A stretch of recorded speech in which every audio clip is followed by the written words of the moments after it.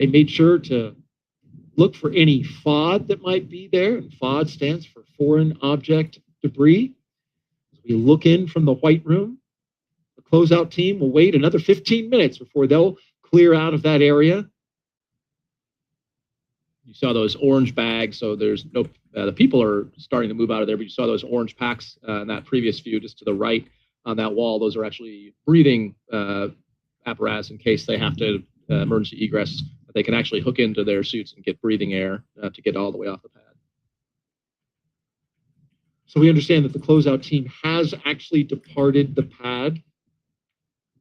And now they're doing some final weather checks. That'll be necessary before they give that final go, no go for launch. Going to put the balloons up into the air. The winds have picked up a little bit, but not too bad at all. And a great example, continuing to run ahead of timeline, and specifically that closeout crew already being done much earlier than last time. But again, it's their, you can tell it's a well-oiled machine now. They had the practice from just doing this 2 days ago, and now doing it again. When I talked to Steve about what they've been up to in between, talking about Commander Steve Bowen, yeah, between last attempt and now, his perspective is very similar to what we talked about the other night. Basically another free training sim event. And Steve, actually, like I mentioned before, he was the lead closeout person. So he was in that white room for STS-127, which had 6 attempts. And so he mentioned that the crew actually got sick of seeing his face because he was always the first person to open up the hatch on the shuttle, and they would see him leaning in. But I think, he brought up similar to what we talked about. I think everyone on the crew was actually impressed by the fact that, no one had go fever, no one down to 2 minutes, but no one was like, oh, we should just go. Like the administrator said, we go when we're absolutely ready. We have an abort system, but or a launch escape system, but you don't want to rely on that. You want to rely on making the right engineering decision. And so he actually, talked about the fact that, yes, it's the 6th operational crew mission, but every one of these missions is really a test flight. We're always learning new things. Now we learned about, oxidation rates of TTAB line filters, so you're always learning something new. We talked last time about even the procedures they're using. So they're in a procedure called 4.100, and just in the last launch to now, they've changed the section numbers of that. So we're always iterating and improving and trying to figure out ways to do it better and more efficiently. Like you mentioned tonight, we're doing things in parallel, which is why now we have some time. So it seems like we're ahead, but if we had a problem with the side hatch closer or had a problem with the leak checks, this would all be time that we could use now to not be rushed. So it's great to keep iterating and practicing and learning. It's hard to imagine when you have a launch scrubbed that so much can come from it that's good. Talking about that data, we heard NASA's Dragon lead engineer talk about how they've been poring over the data. We've had a dry dress, essentially a wet dress in the first launch attempt. And as you mentioned, always iterating and always learning. All right, we want to check in now with our friends in Houston, Texas, and the Johnson Space Center. Courtney Beasley is standing by. Courtney? Thanks, Daryl. The team here in Mission Control Houston has pulled that they are go for launch. The International Space Station is ready for Crew-6 astronauts to lift off. When Flight Director Jed Freeling pulled his team, he was asking the flight controllers who work on all of the key systems on board the station if their focus areas were online and working properly. This includes life support systems, proper communications links, computers that allow us to command the station's onboard subsystems, and our ability to control and maneuver the space station are all fully functional. The crew in orbit is currently in a sleep period, and they are scheduled to wake up at midnight Central Time. The International Space Station Flight Control team is ready for launch. Mission Control Houston will continue monitoring the mission as we check off milestones for today's flight. In the meantime, I'll send it back out to the team at Kennedy. Daryl. All right, a beautiful shot from high above the Kennedy Space Center, going by the VAB as we look out at Launch Complex 39A. During the previous launch attempt, I want to recall this. Roger told us that dragonflies during dry dress is a good luck charm. Well, after the scrub, I was watching the Starlink launch. What do you see there? Looks like some Looks like insects flying by, maybe dragonflies. Yeah, I can't tell if they're insects on the screen or there you go. There's a buzz. They were buzzing my phone. I thought it'd be a good idea to put some dragonflies in For the show. Good luck. I like it. Yeah. Is that going to bring us some good luck? I sure hope so. Well, let's hope so indeed. 1 hour and 11 minutes, counting until liftoff. Let's check back in with Jasmine Hopkins, who has a special guest. Thank you so much, Daryl. Joining us now is Kennedy Space Center Director Janet Petro. Thanks so much for being here, Janet. Thank you, Jasmine, for having me. We're always happy to have you. And, right now we're preparing for Take 2, second launch attempt of Crew-6, but this is something that the Kennedy workforce is built for, really. I mean, we're very agile. Can you speak to that? Yeah, sure. So, last year, 60th anniversary, we went through this with Artemis, not just 2 times, but we did it 3 times, successfully launching the 3rd time on November 16th. So launch is hard, the whole process, and we got to get it right. They say, you'd rather fix a problem on the ground than launch and then have a problem in the air. So the team, the NASA team, along with the SpaceX team, has worked really hard. We had our Delta launch readiness review late yesterday evening, worked through the issues that we experienced on the first one, and we're ready to go tonight, Jasmine. That is what we want to hear. It's good to hear that we are looking good for launch tonight, Janet. And you just mentioned that 60th anniversary was our diamond anniversary last year. To think that we've been here 6 decades, what is Kennedy doing to continue growing and improving? So the first 60 years, it started, Kennedy was with Apollo, and then diamond anniversary last year, Artemis, first launch of Artemis, going back to the moon. But, as a spaceport, we really have come into our own. We've really brought a lot of the commercial industry here to launch. 94 launches on the manifest this year. We had 57 last year, like you mentioned, 31 the year before that. So we are growing. We obviously are a very popular place, not just because of the geography, but the services that we're providing at the center to our commercial partners and customers. We're working very hard to make it easy for them to launch and to provide them the best services. And I got to brag for a moment. We have a spaceport integration team. They coordinate with the 45th SLD, the Space Force side.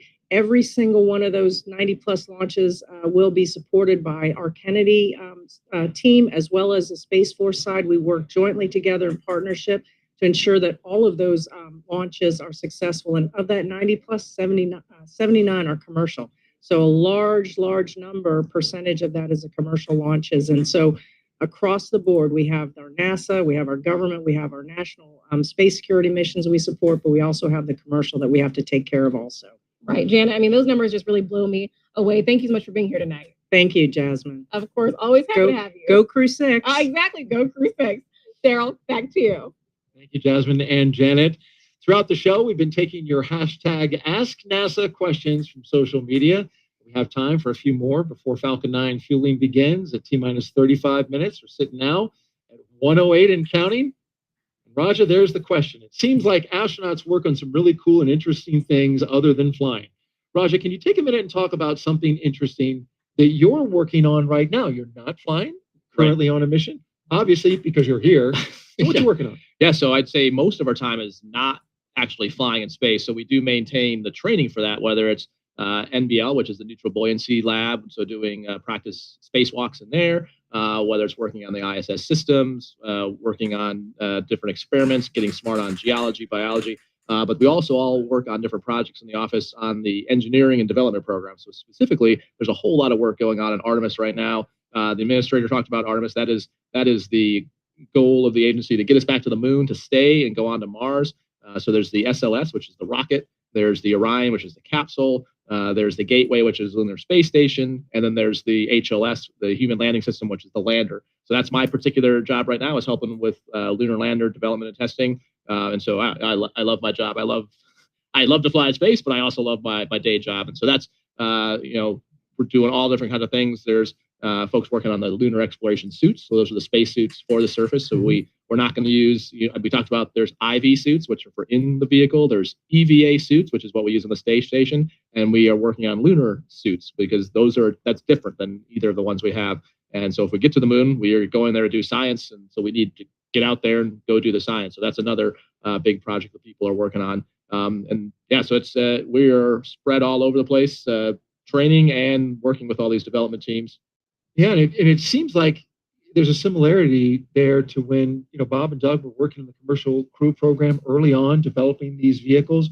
You're very early on in the HLS system. So, it's got to be kind of exciting to be working on the next thing that's going to land on the moon. Yeah, I think all of us enjoy. That's why it's fun to do these things. And our job is in the office is to fly in space, but also to bring the crew's perspective, the operational perspective, to all these programs and to these efforts to make sure that we're, the human is the important part of human space flight. So keeping that in mind and keeping that at the forefront is always really important, and that's why it's important to have us tied into those programs. And for those of you who are watching, for those of us who are enjoying watching, if you want in on the social fun, follow us on Twitter at NASA Social, or check us out on the web at nasa.gov/social/social. Hey, this is a really quick question, a really easy one. Atslow asks, Raja, what inspires you? What inspires me? I think the idea of exploring is what inspires me, the idea of new discoveries. And I think I kind of alluded to why I'm so excited about science before, solving problems here on Earth. So I would love to see humanity go and explore, like live on the moon, go to the next planet. But I also am inspired by the fact that we're finding solutions for problems here on Earth right now. So that's what inspires me to work here. And it must be rewarding as well. It's amazing. Yeah. So I think what inspires me is inspiring others too. So I think one of the coolest parts of our jobs, it takes time and effort because you're traveling, but going to talk to like school kids, that's hands down one of my most favorite things really to go do. And just, yeah, I mean, seeing their excitement, when an astronaut walks in the door, it's just so fun, and whether it's elementary answering bathroom questions, because I've heard plenty, all the way to really to university students who have questions like, where do I go, and like what kind of degrees, and so it is really cool, and it inspires me to be even a potential inspiration, or to potentially help or set a spark maybe in someone's mind, or give them the idea of what's possible. Deep curiosity as well. We are 1 hour and 4 minutes and counting until liftoff. This day is the continuation of regular flights to the space station from U.S. soil. Crew-6 and the mission will be the company's 6th crewed spaceflight. This is for, of course, SpaceX and NASA, following the crewed test flight Demo 2 and 4 previous operational crewed missions to the space station. It will also be SpaceX's 8th crewed spaceflight overall, including the private orbital mission Inspiration 4. Today, our crew is flying on board Dragon Endeavour, and this will be the 4th flight for this capsule. It'll be taking a ride on a brand new Falcon 9 rocket. The Dragon is this particular Dragon, Endeavour, is the flight leader in the fleet. Its 4th flight, which includes Demo 2, Axiom 1. It's been a great countdown so far, 1 hour and 3 minutes and counting. Weather is fantastic here at the Kennedy Space Center, only a 5% chance of violation. That means 95% go. Doing some math here, getting inspired by my fellow astronaut here. Really advanced stuff. Avoid math in public. That's my rule. That's a good idea. Excitement is picking up, though, as we get closer to T0. And so with roughly about an hour, sorry. Go ahead. About an hour to go until liftoff, things are going to start picking up. We get close to the go, no-go pole to arm the launch escape system and begin the propellant loading. The crew pole for readiness, that will happen right at T-minus 60 minutes. And then the Dragon pole for prop load is at T-minus 55 minutes. From there, at T-minus 45 minutes, there will be an internal mission control Hawthorne pole, and then the launch director's pole for propellant loading will follow. When we get to about T-minus 40 minutes, the crew access arm will retract, and the crew will get the call to close their visors and to arm the launch escape system. I'm going to walk you all the way through it. This is the automated safety system that's in place that can fire the 8 Super Draco thrusters on Dragon to quickly separate the crew from the rocket, either on the pad or during a flight on the ride uphill.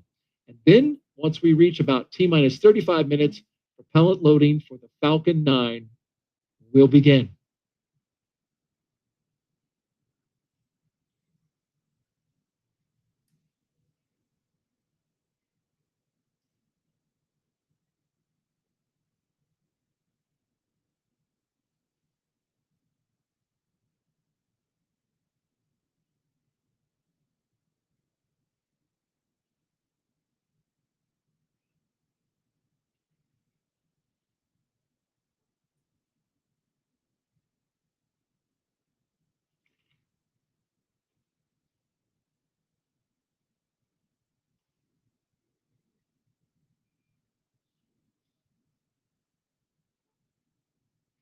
Thanks for tuning in. You're watching live launch coverage of NASA and SpaceX's 6th rotational flight of astronauts and 1 cosmonaut to the International Space Station. We are T-minus 1 hour and counting until liftoff. And with us today is NASA astronaut Raja Chari.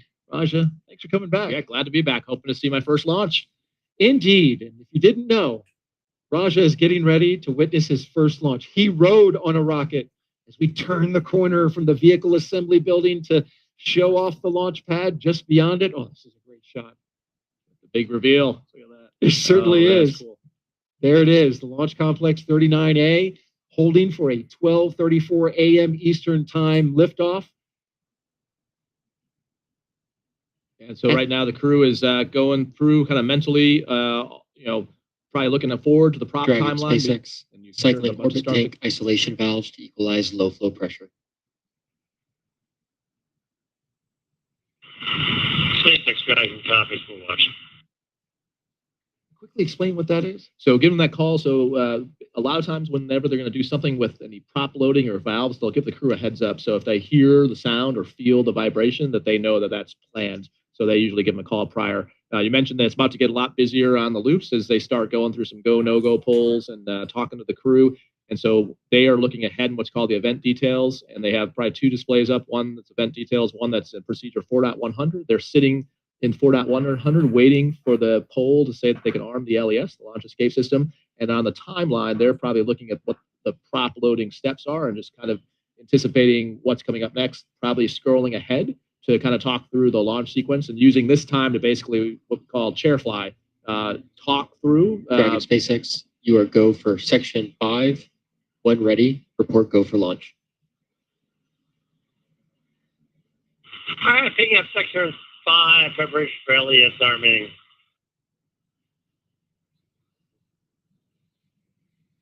All right.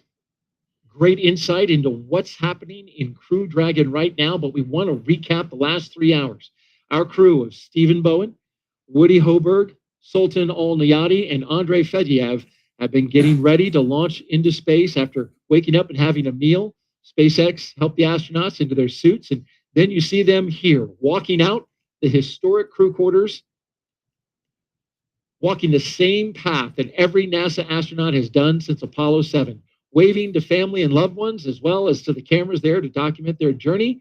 Then you see them here, inside their Teslas, joined in a caravan as they went down the road, led by Center Security, till they arrived here at Launch Complex 39A. They did the rocket recline, went up the tower, and walked down the crew access arm here.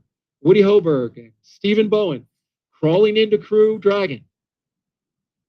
And then once inside, they got strapped in, got their suits checked, comm checks, and now we watch as the Dragon spacecraft sits on top of the Falcon 9 rocket, getting ready for fueling and arming of the launch escape system.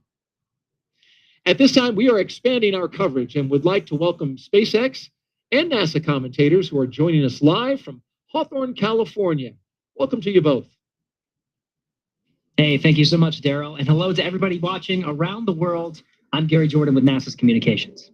And I'm Jesse Anderson, a production and engineering manager here at SpaceX. Gary and I are joining you today from our headquarters in Hawthorne, California. While Crew-6 marks SpaceX's 6th operational mission for NASA, it's actually our 8th human spaceflight mission to the International Space Station and overall 34th Dragon mission to the orbiting laboratory. And the Dragon supporting tonight's mission will be making its 4th visit to the station, having previously supported Demo 2, Crew 2, and Axiom Mission 1. And speaking of Demo 2, the spacecraft was named Dragon Endeavour by Bob and Doug during its inaugural flight in May of 2020. And yet another fun fact, tonight's launch marks our 4-year anniversary of the Demo 1 mission, which launched on the same day, just a couple of hours later than we're launching today, which served as an end-to-end test flight of Dragon's capabilities.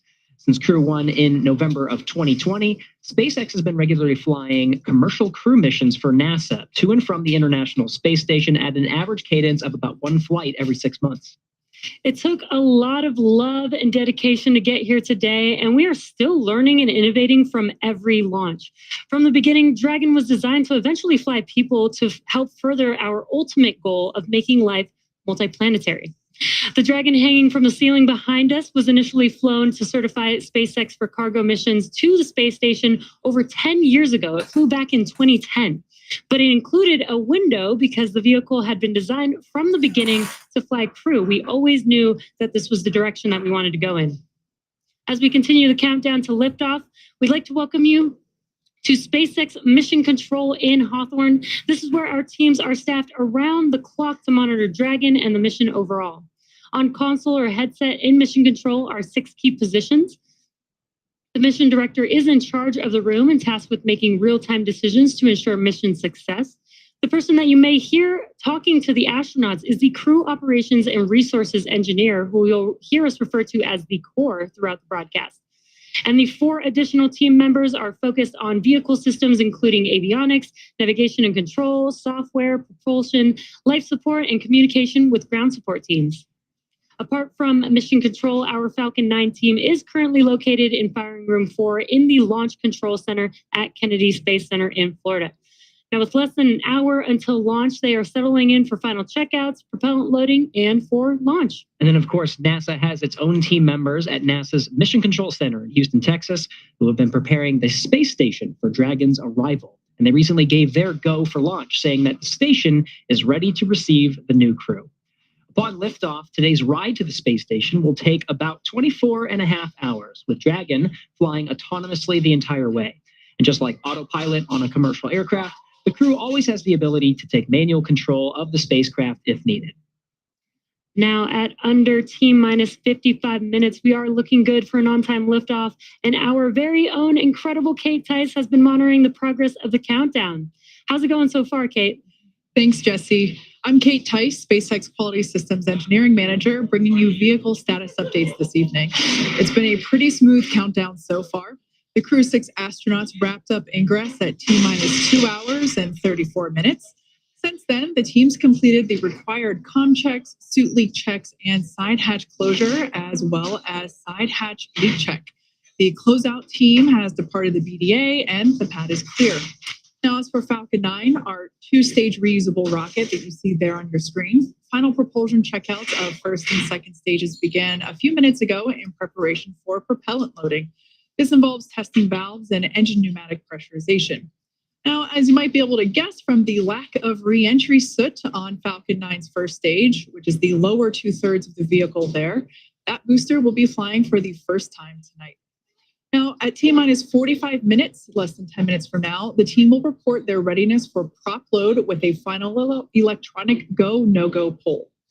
Before we can begin propellant loading on Falcon 9, we still have a couple tasks to perform. First, the crew access arm will be moved out of its service position as you see it in now, and it will rotate away from the Dragon capsule and over to its launch position. That will happen between T-minus 44 and 42 minutes, almost immediately after the T-minus 45-minute launch director's briefing. With the access arm out of the way, the launch escape system will then be armed. Once those 2 events are complete, Dragon will be ready for Falcon propellant loading. As for weather, we will also verify with the launch weather officer that all of the weather conditions meet our launch constraints. Those include items such as wind speed, lightning, and precipitation in the area surrounding pad 39A. But tonight, we're expecting acceptable weather conditions for launch, both at surface level and upper altitudes. Once again, our probability of violation of those conditions is only 5%, so looking good. The range is currently clear for launch. A worldwide network of ground stations and tracking and data relay satellites, or TDRS, are ready to support. And those are what help us get live views and data as Dragon heads into orbit. Today, we have an instantaneous launch window at 12:34 a.m. Eastern. As I've said before, once we begin propellant load, there is no opportunity to change the T0. The timing for Dragon to rendezvous with the International Space Station is down to the exact second. So today, we only get one chance. But the good news, at T-minus 51 minutes and 32 seconds, we are go for launch. Great news. Thanks, Kate. Today's launch marks the 6th time a rotational crew will fly on a commercial spacecraft. And much like our previous crews, today's crew has been training with our teams at SpaceX for the last several months, running nominal and emergency simulations of what the full mission will look like while seated inside of Dragon. And as with every mission, each one of our crew members brings a diverse set of experience to today's flight. That's right. And let's start with the mission's commander. Steve Bowen was born in Cohasset, Massachusetts. He holds a bachelor's degree in electrical engineering from the U.S. Naval Academy and a master's in ocean engineering from the Joint Program in Applied Ocean Science and Engineering at MIT and Woods Hole Oceanographic Institution. In July 2000, Bowen became the first submarine officer selected as an astronaut by NASA. This will be Bowen's 4th trip into space as a veteran of 3 space shuttle missions, STS-126 in 2008, STS-132 in 2010, and STS-133 in 2011. Bowen has logged more than 40 days in space, including 47 hours, 18 minutes during 7 spacewalks. As mission commander, he'll be responsible for all phases of flight aboard Dragon, from launch to reentry. Warren Woody Hoburg is from Pittsburgh, Pennsylvania. He earned a bachelor's degree in aeronautics and astronautics from MIT and a doctorate in electrical engineering and computer science from the University of California, Berkeley. He is also a commercial pilot with instrument, single engine, and multi-engine ratings. The mission will be Hoburg's first flight since his selection as an astronaut in 2017. As pilot, he will be responsible for spacecraft systems and performance on Dragon. Sultan Alneyadi will be making his first trip to space, representing the Mohammed bin Rashid Space Center of the United Arab Emirates. Aboard Dragon, he'll serve as a mission specialist, working to monitor the spacecraft during the dynamic launch and re-entry phases of flight. He spent time in the UAE military prior to becoming one of the first 2 individuals selected by his country when they started their space program just a few years ago in 2017. Alneyadi will be the first UAE astronaut to fly on a commercial spacecraft. Andrey Fedyaev will be making his first trip to space and will also serve as a mission specialist, monitoring the spacecraft during the dynamic launch and re-entry phases of flight. He was selected as a cosmonaut in 2012 and will be the 2nd cosmonaut to fly aboard a SpaceX Dragon. Each of these crew members will be a part of Expedition 68 upon their arrival to the International Space Station. Now let's head over to Kate Tice for another status update on the countdown. How's it going, Kate? Thanks, Jesse. We're coming up to T-minus 48 minutes and 40 seconds. The SpaceX launch teams are finishing final review of data from all the checkouts of Falcon 9 over the last hour. The launch director has confirmed with the launch weather officer that weather meets propellant loading constraints. So up next will be to poll the team for readiness, both to load propellant and to launch. That will be the final poll prior to liftoff. The 7 SpaceX responsible engineers, often called REs, indicate that they are go by electronically voting on the online countdown procedure. The launch director, or LD, also checks with the Dragon mission director, MD, and the NASA launch manager to make sure they are ready. Earlier, you saw the vehicle assembly building called the VAB. The Falcon and Dragon launch team, as well as key NASA launch members, are in the Launch Control Center adjacent to the VAB. You can actually see where they are right now on the right-hand side of your screen. They have a view straight towards pad 39A through those large windows of firing room 4. On your screen, you see there the Dragon capsule with the crew access arm still in the service position. The crew is on board Dragon waiting for the next instructions, which will be to stow the crew arm for launch and to arm the launch escape system. Once the launch director gives the final instructions to the launch team in that T-minus 45-minute briefing, immediately afterward, the crew access arm sequence will be armed and initiated. We should get a good view of that access arm as it swings away from the capsule. That will take about 2 minutes to complete its rotation to move out of the way. The range continues to be go for launch. They continue to monitor the clearance area around the launch pad, as well as the air and sea space around that downward upstream or the flight corridor downstream from the launch pad. As we mentioned before, we have to make sure that all areas are secure in the unlikely event of an abort. There at Kennedy Space Center, the conditions are predicted to be acceptable for launch. You can, if we had daylight, you'd be able to see that conditions are pretty calm. There's 13-mile-per-hour winds from the south-southwest, so pretty mild all in all. The downrange landing zones, as I mentioned before, are also within the conditions as needed, if needed for an escape. So everything also looking go downrange. Now, in about a minute, we will hear the briefing from the launch director. As I mentioned before, the readiness poll that is underway is the final go for propellant load and for launch. There on screen, you can see the 4 crew members of Crew-6 waiting patiently to go to space. Not much for them to do at this moment, but wait for that LD briefing, which will be coming up in about 35 seconds.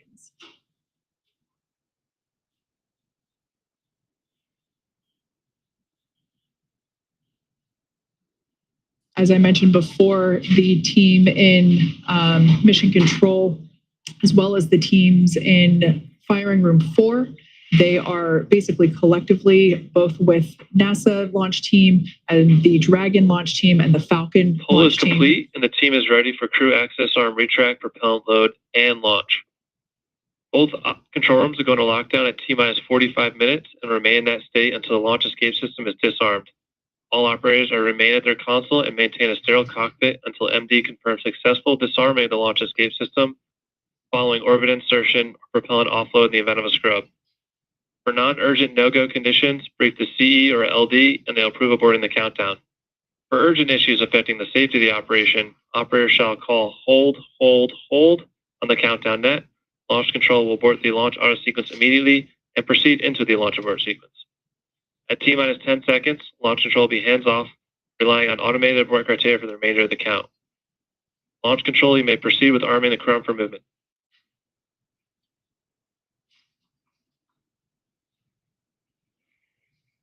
There we heard that final go for launch and prop load from launch director having. Go. Started. And there we just heard the call out that the crew access arm retraction is underway. So let's head back to Daryl over at Kennedy as they have a live view of that retraction as it happens and will be the major final physical reconfiguration of the pad prior to launch. Daryl, how's it going? Great, Kate, and thank you very much as we watch the crew access arm move quickly at first and then rotate away from the Dragon spacecraft. There's the view from inside the crew access arm, the white room at the very end of it. As we can see the water tower out there. Hitting another milestone here, Raja, on our way to liftoff. Yep, and the crew is definitely tracking through all this on the timeline. So they're procedurally in 4.100, following that SpaceX is retracting the crew arm and then starting to prepare. The next big step they'll be taking is arming the launch escape system. And then looking forward on the timeline to basically go through the steps for the prop loading. So we talked a little bit about the first broadcast, but there's kind of a key mental note here as well. If there was an emergency pad egress, they probably have some crew coordination of who's going to get to the hatch first, but you definitely want to make sure the crew arm is back in place. So there's this period of time, well, the crew access arm is not there, the launch escape system is not armed. So Crew access arm retraction complete. You need the arm to swing back to the capsule before you can actually egress. You need to make sure that's there before you step out. Critically important. And we got some beautiful views from our flight operations team, which is not only making sure that the area around the rocket is safe, but also giving us some spectacular views of that crew access arm as it retracted away from the rocket. And there it is again, right there. Yeah, it's a great view where you can see both the strong back, which is the structural piece holding the rocket up there now, and then the crew access arm swung back. Open now to the air and the atmosphere. Hopefully no dragonflies that far up. And we had our own dragonflies earlier, Roger. So we're working. We have successfully had good luck here at the launch broadcast. Okay, we've done our part. It's feeling good. We're doing what we can. There's a great view too of the trunk, so you can see the side, which is the part just below the capsule. That's got the avionics radiators for cooling, and then the left side that looks black in the picture here is actually the solar panels that generates the power for the capsule on orbit. Curious. It looks like we saw a plane off there in the distance, and it could be pretty well off given it's dark at night. That might have been the helo out there potentially too. Very good. Good call. The countdown T-minus 41 minutes and counting, and we're heading down to a launch time of 12:34 a.m. We saw the retraction. That's the last major visual milestone as we prepare for liftoff. Shortly thereafter, we should hear the call out that the launch escape system is armed. And then from there, Raja, we will hear that F9 prop load has started. Yep, and timeline-wise, I'd expect probably about another minute and a half or two. They'll tell the crew to they'll tell them to go ahead and step into the arming. You'll see them putting visors down. You'll probably see them tugging at the restraint straps, just making sure everything is extra tight, making sure you saw like Andrey before was using his stylus to probably edit some of the weather data they had on their iPad. They'll stow all those things and basically put themselves in a posture where you could, I'm stowing it right now, where you could be in a posture where if the capsule were to initiate a launch escape, you'd be prepared for that. So from the time that is hot, you are pretty much sitting on a live set of Super Dracos that could go off automatically if the vehicle senses a malfunction once the prop loading starts, or it could be manually initiated. So you always want to be ready once that system's hot. Raja, you say it, and then we see it. Calling it out. Remember well from your time as the commander of Crew 3. It's worth noting, you just came back from space. It was, what, May of last year? Yep. Yeah. It's good to be back. I would go back in a heartbeat, but it's also good to be back home. But you're watching your friends go up. Yeah, this is it's really surreal to have friends and colleagues on the end of that rocket, and I think it just reinforces the importance you asked earlier. And the question was like, what do we do on our normal job? There's also people in our office. So Joe, who's the chief of the office, goes to the launch trainers reviews, and you are signing up your friends to go ride this thing. So we take it pretty seriously, as well we should.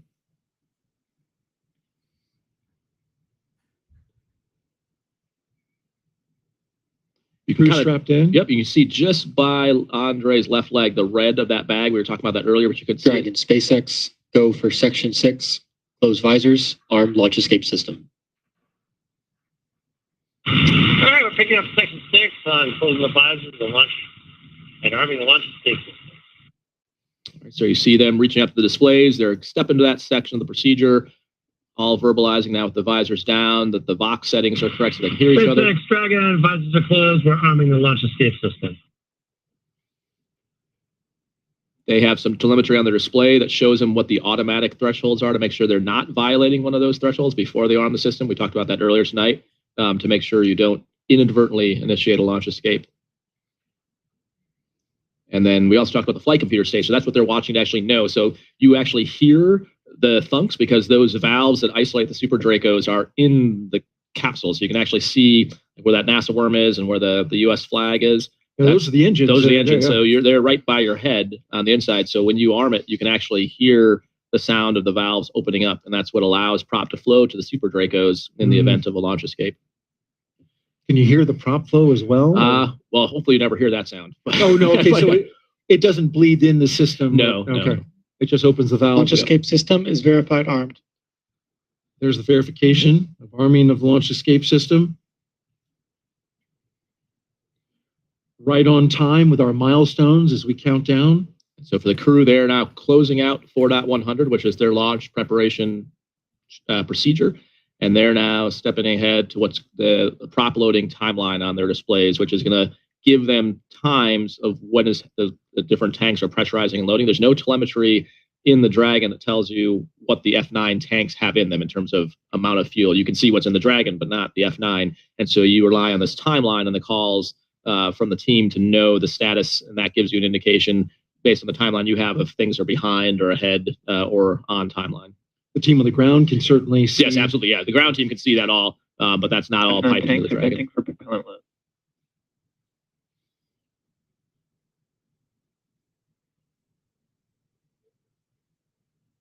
We'll start venting. These would be the tanks on the ground. Right. So as they start to, they have what's called these giant accumulators that are full of the fuel that they then pump into the F9. And the two things I learned on our first broadcast attempt, one is that the license plate changes every time. The second that I also learned from you is that you can tell out here how full the rocket is by looking at the level that the condensation comes off the outside of the rocket, which you can't see that on the inside, but that's a good technique for if you're watching on the outside and don't have the benefit of having the displays the crew has or the telemetry the ground has, to just get a look at binoculars if you're standing on the causeway or on TV and know how full the tank is. Outdoor fuel gauge. Yeah. Only if you launch in the humidity of Florida. I don't know if that'd work in the desert as well. Well, we get to see launches out at Vandenberg, California, and it's a little drier out there. It still is on the coast. So we have some humidity, but it is quite a sight. It's a definite pro tip. I didn't know that. I've been I've been in the office for 5 years. No one taught me that. Told an astronaut something new. I'm feeling proud. But I tell you what, you haven't learned nearly as much as I've learned in my time being in these two launch attempts. And so happy you could come back and count this down. We know our astronauts all around the country are watching. Checked in with Megan MacArthur earlier. Had a nice little chat with her. She's watching. Other astronauts from the Corps. The astronaut Corps is roughly about 42 astronauts. Yep, about that, yep. And then a new class called, they're named the Flies, the 2021 the class. Flies, that's about their name? halfway through their training, yep. And looking forward to, they're crushing it as you would expect. Starting. There's the call from the Corps. Yeah, here we go.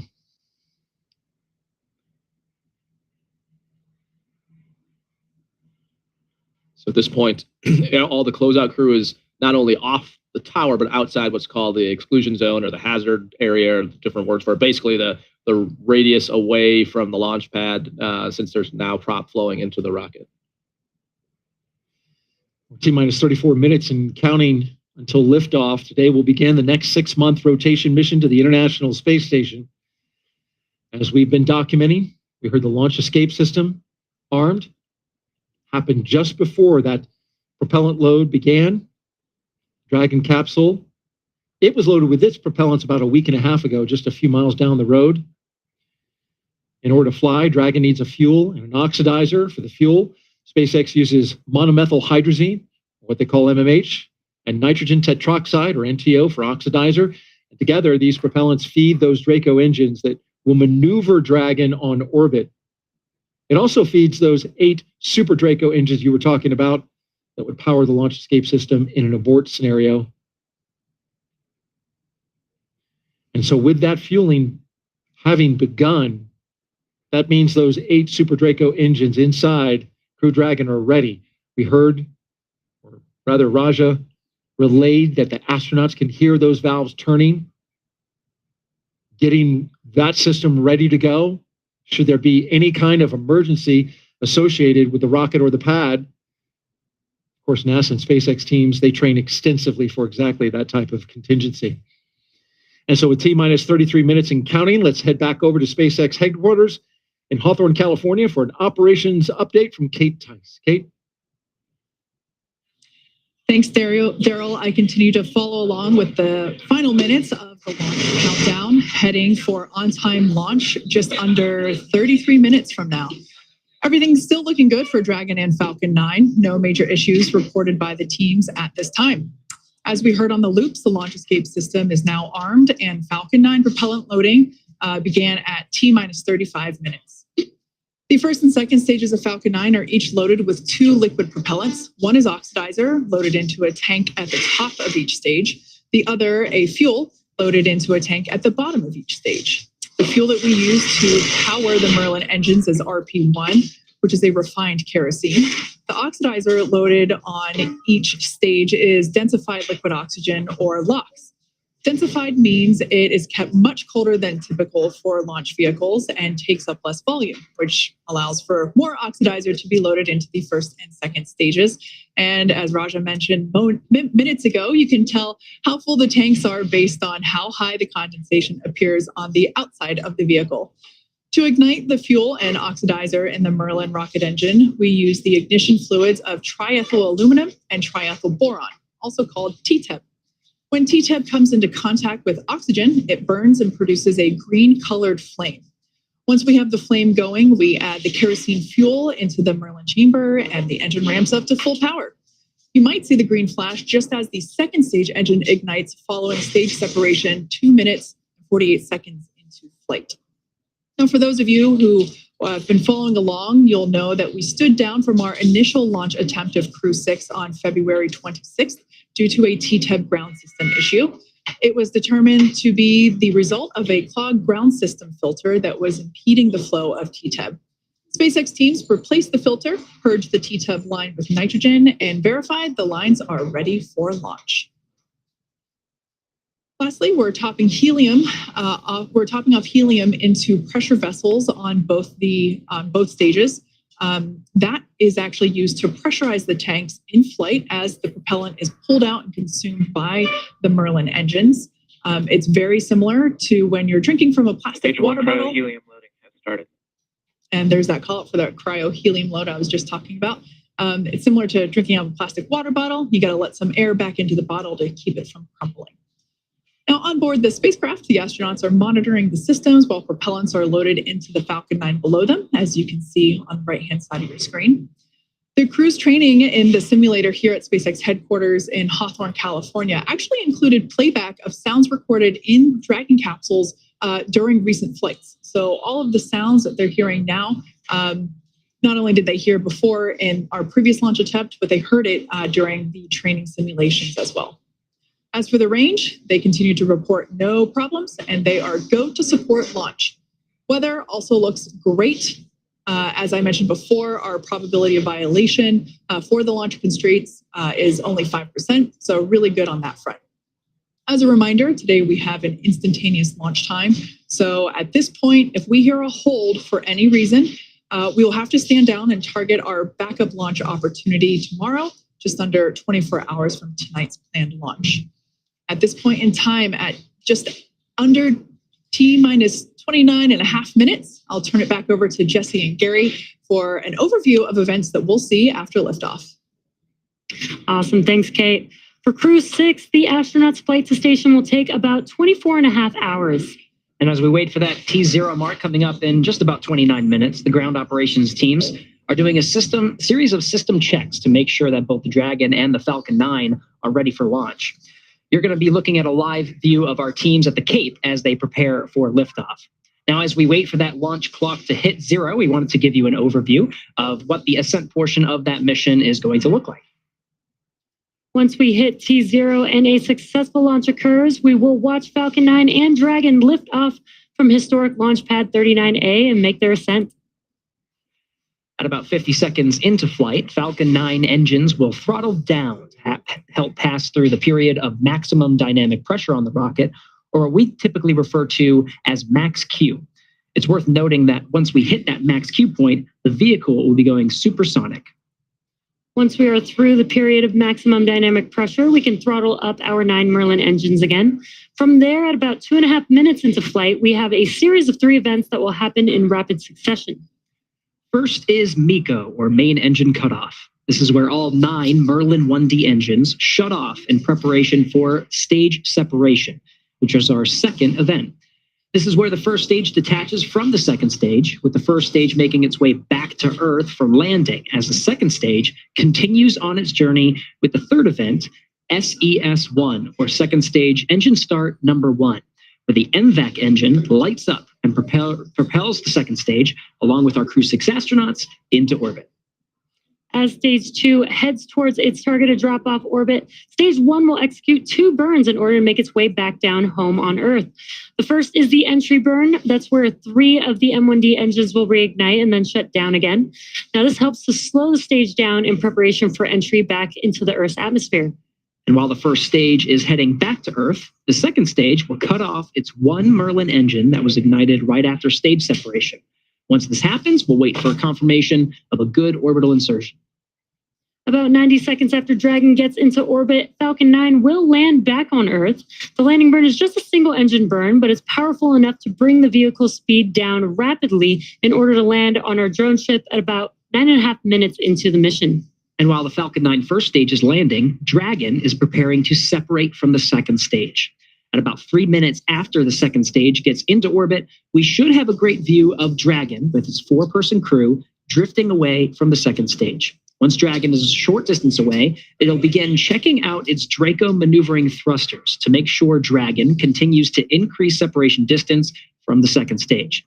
It's worth noting that these are not the Super Draco engines that would be used during an abort scenario. About 40 seconds after separation, Dragon's nose cone deploy sequence will begin. It will take roughly 4 minutes for the nose cone hooks to unlatch and open, exposing its guidance navigation controls that will help Dragon autonomously fly to the space station. And lastly, once the nose cone is deployed, the remaining Draco thrusters on the forward bulkhead will be checked.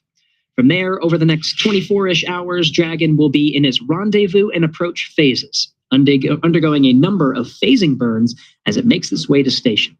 All of that will be coming up soon, but for now, let's check back in with Courtney in Mission Control Houston. Courtney.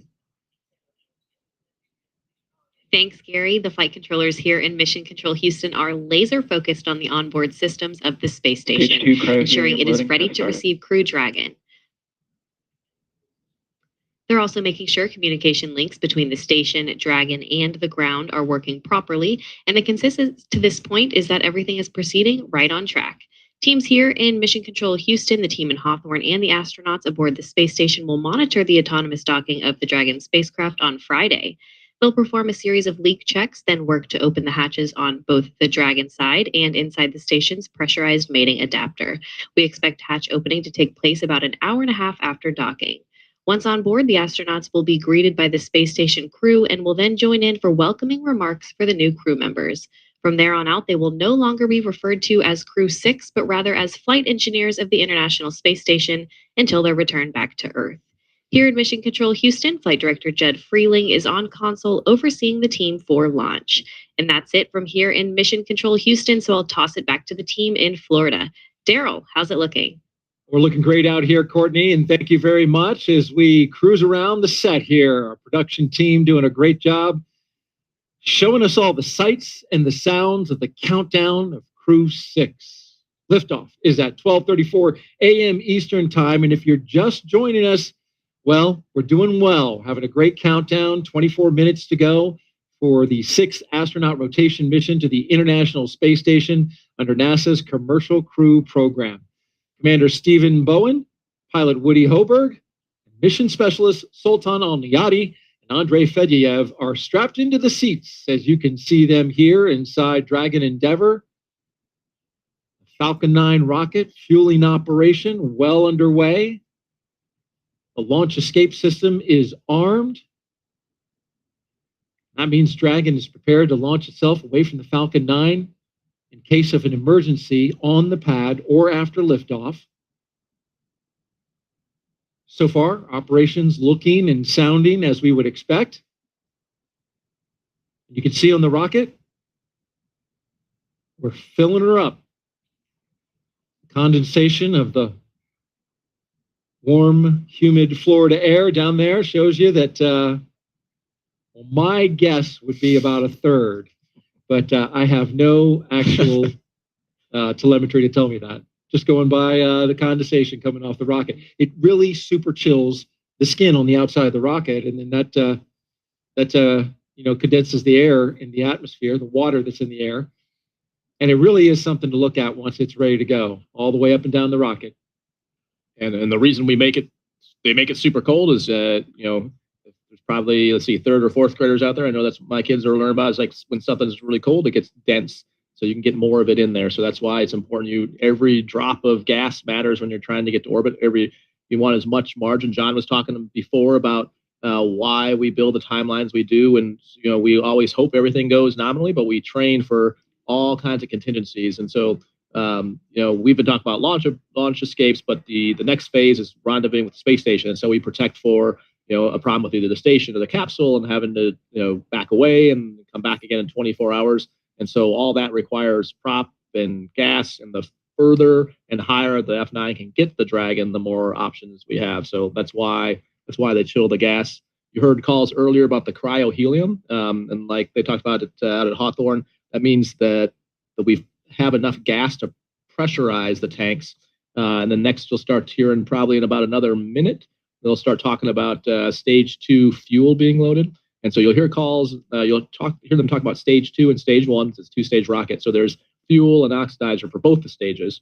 The first stage, like they described, having the 9 engines, and the second stage having 1, but both of those have separate tanks for the fuel and oxidizer, and you'll hear them calling those out. Because again, the crew probably can't as much hear it like the same way they hear the Super Draco valves, but you can hear sort of some creaking and some noises, definitely some vibrations. So getting a call before that happens just kind of reassures them that sound is expected and gives them a reference point on the time that they're following. We're about 37 seconds away from completing stage 2 RP1 load. In the meantime, let's tell you about the crew. The commander of Crew-6 is Captain Stephen G. Bowen. He hails from Cohasset, Massachusetts.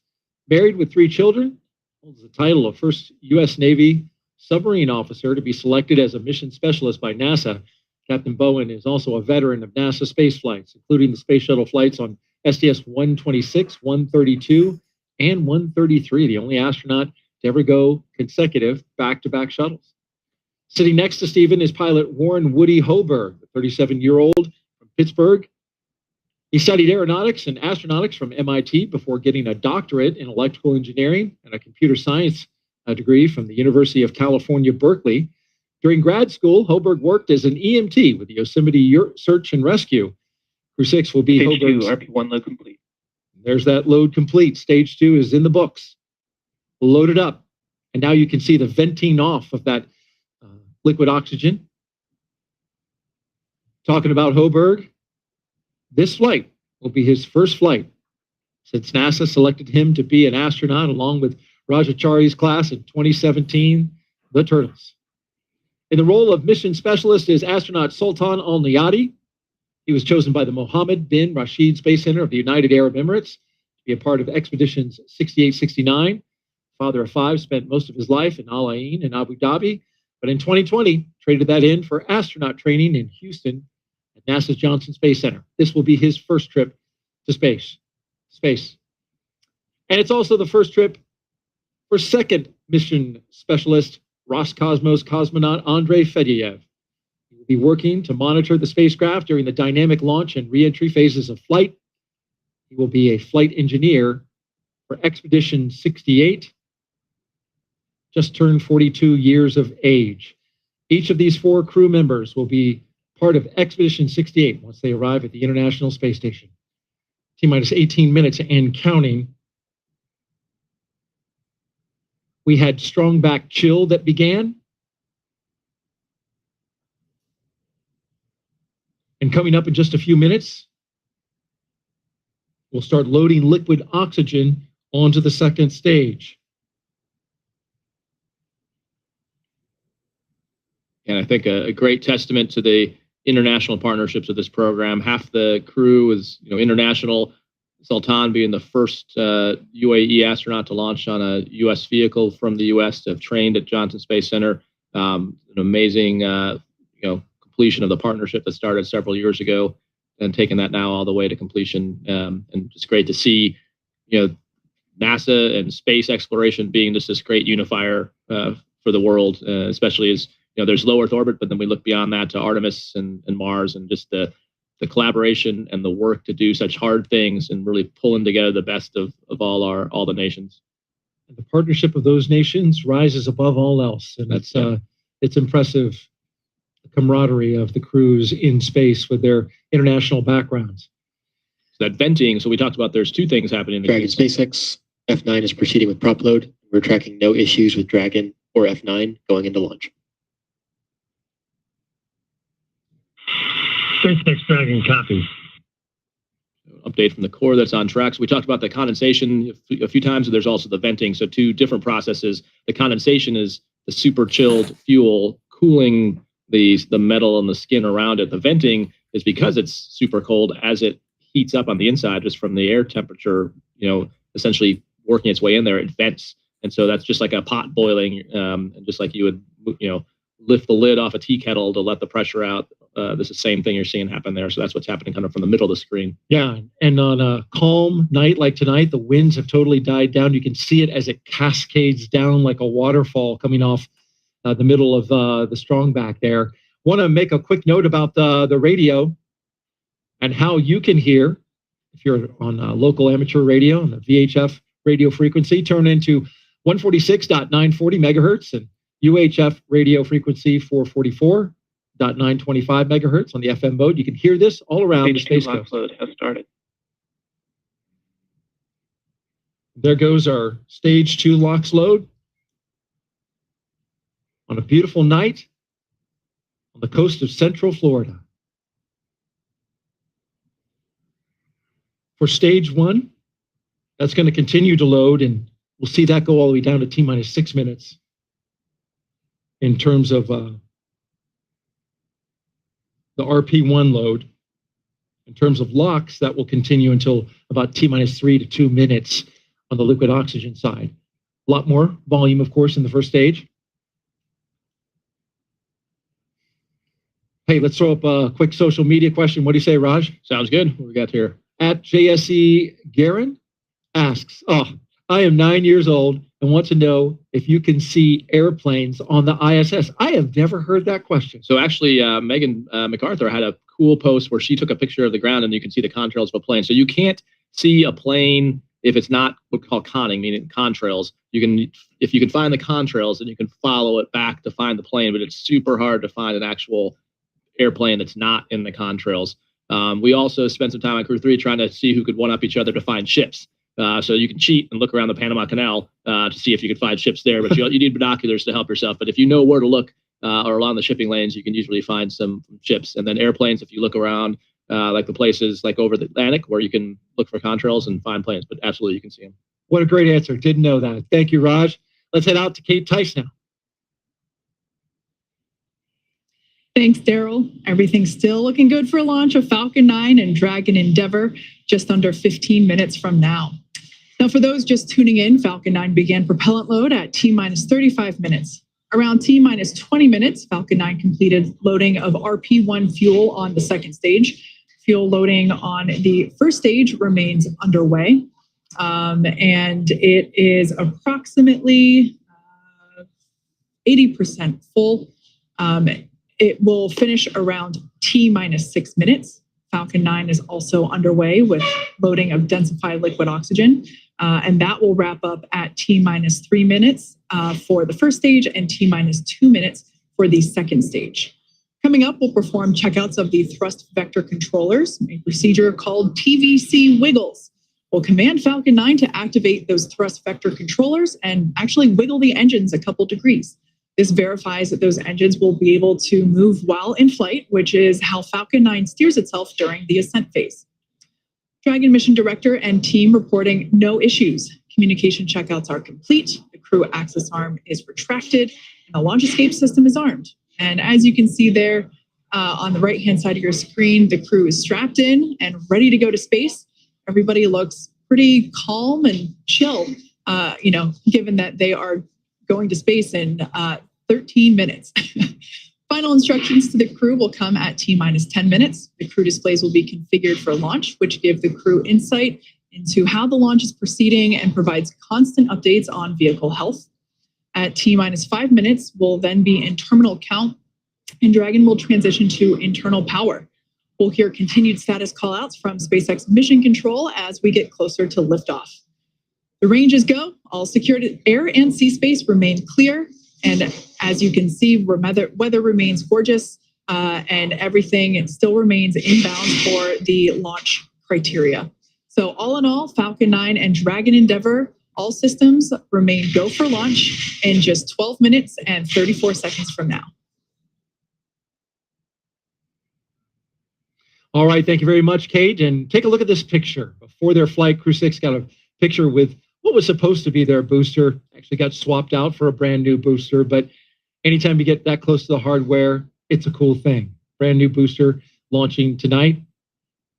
And at the time Falcon 9 and Dragon launches, the International Space Station, which is being tracked right here by Mission Control, will be 260 statute miles over the Bristol Channel, southwest of Cardiff, Wales.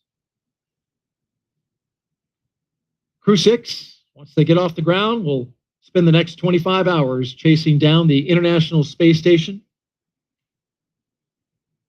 for a rendezvous at 1:11 a.m. Eastern Time tomorrow, Friday. And we'll have live coverage on NASA TV of docking and the Crew-6 welcome ceremony at 11 p.m. Eastern Time tonight. Final thoughts, Raja? Yep, so get ready to lift off. Yeah, so right here, they're at 10 minutes. They'll probably say some thank yous to the ground. A lot of people got them here. You're going to see them messing with the displays. So Woody and Steve will be putting up what's called forward views on the outside displays. So the mission specialists can monitor the parameters. That's how they monitor anything that would how the performance is doing. In the center display, they'll bring up the event details that show the launch, and you'll see them put their hands down once they get closer to launch, and they'll have this display up so they can basically watch. They'll have everything configured, and that's what they talk about, configuring for launch, so that you don't have to touch it during the launch itself.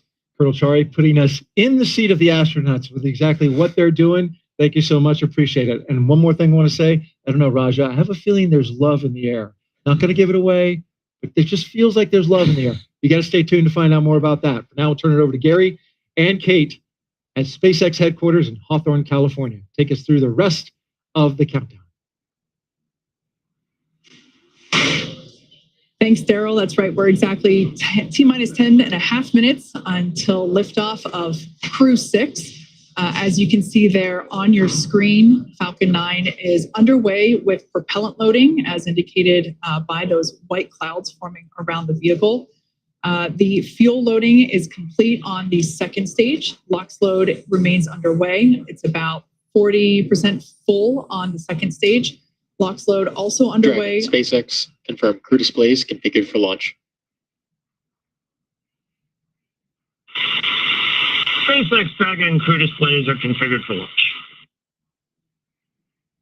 Copy that, Steve. And once again, on behalf of the entire SpaceX team, we're honored to have you aboard Dragon Capsule Endeavour on its next trip to the International Space Station. We wish you a great mission, good luck, Godspeed, and enjoy the ride. And thanks again to everyone out there who made the vehicle, the ISS, our mission, and our crew ready for launch. Really want to thank everyone and appreciate the great call, much appreciated call for the scrub the other night. It was a great call and a good learning opportunity for the crew and I think for the teams. And so once more to the breach, dear friends, Crew-6 is ready to launch.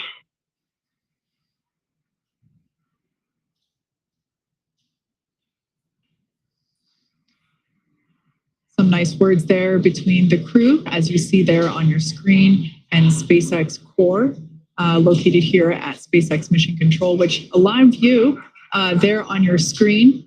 As you can tell by perhaps the ambient noise around me, the energy is starting to grow in anticipation for launch coming up about 8.5 minutes from now. That's right. The energy is high here, Kate. Now at that T-minus 10 minute mark, we heard the good luck and Godspeed from the teams here in Mission Control in Hawthorne, where that crowd is gathering. Meanwhile, we're tracking the loading of fuel and oxidizer on the first and second stage. Second stage filled with fuel right now, continuing to fill with oxidizer. It'll be the last of the tanks to fill. Stage 1 continuing to be underway. At the 10-minute mark, you heard that call for configuring the crew displays for launch. That was confirmed. At the T-minus 10-minute mark, it also is a point where Falcon 9 launch commit criteria gets checked by the computers past that milestone. Now we're counting down to the next milestone at T-minus 7 minutes, which is setting up for engine chill. That's right. We should hear that call out in about 44 seconds. At T-minus 7 minutes, we will actually open up the pre-valves to the M1D engines, those 9 engines at the base of the first stage. That will allow a little bit of that super chilled, densified liquid oxygen to flow into the hardware, those turbo pumps. And that basically helps prepare the hardware from a thermal standpoint or a temperature standpoint for that full flow of super chilled liquid oxygen. So basically open up the pre-valves and a little bit of that LOX flows in and helps cool the hardware down in preparation for full flow of liquid oxygen. Engine chill has started. And as expected, there's that call out for that engine chill, indicating the pre-valves are open and the engines are beginning to prepare for liftoff. Now under 6 minutes, 45 seconds from launch. Again, we're continuing to fuel the Falcon 9 rocket. Stage 2 filled with the RP-1 kerosene. At the T-minus 6 minute mark, we should hear a call out that the stage 1 RP load is complete. They're just topping that off. Liquid oxygen on both the first and second stages come next. RP-1 load complete. And there's that confirmation. We're counting down to T-minus 5 minutes at this point. At T-minus 5, the Dragon is configured for terminal count. And at terminal count, Dragon is switched to internal power, right now receiving power from umbilical lines from the ground. Also at just under 5 minutes, we'll be waiting for strong back retract. The arm that's currently propping the Falcon 9 and Dragon up. We'll see the clamp arm start to open, and the strong back itself will tilt about 2 degrees off from where it is now at a 90-degree position. Just a little off, and then it'll get out of the way completely upon liftoff. Then, of course, comes the, after the strong back retracts, comes the completion of liquid oxygen loading on both the first and second stage. For now, T-minus 5 minutes, 15 seconds. We're going to stand by for that call of configuring for terminal count. Crew-6 in their seated positions and ready for launch. Dragon is in configure for terminal count. Tanks are pressurizing for strong back retract. All right, and we heard both of those calls. Dragon onboard computers are going to take control of the vehicle. Should be seeing the clamp arm at the very top of the second stage, right underneath where you see the unpressurized trunk of Dragon, which is indicated by the half black and half white indicators, the black being the solar panels that provide power to the Dragon on its transit to the International Space Station. With that confirmation of strong back retract, we should be able to visually see that strong back. Strong back will retract about 2 degrees away from the vehicle. Then at liftoff, the strong back will actually go back to 45 degrees. That strong back is part of the transporter erector, which provides the liquids and gases, electrical connections to the vehicle.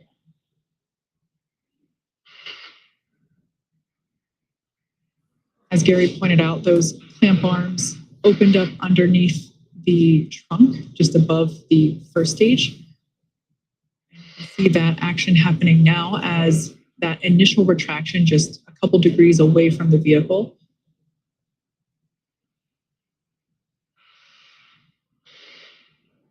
At this point in time, fueling remains underway, propellant load remains underway. All fuels are loaded, that RP-1 liquid oxygen load. Stage 1, lock load complete. We just heard that call out that is all done.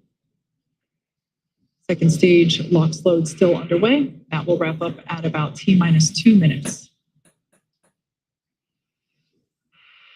Now that first stage liquid oxygen load is complete, we'll see some more of that white gaseous cloud forming around the vehicle due to those lines being Dragon closed is in off. terminal count and on internal power. All right, good call out there indicating that Dragon is running on its own power. We are in the terminal count now at T-minus 2 minutes and 29 seconds. The crew remains comfortable there on the right-hand side of your screen. About 15 seconds remaining in stage 2 LOX load.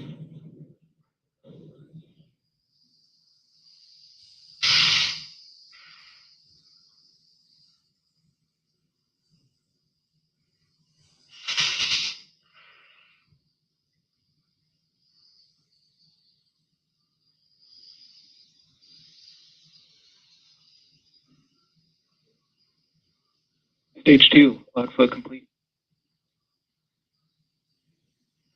Dragon is in auto idle.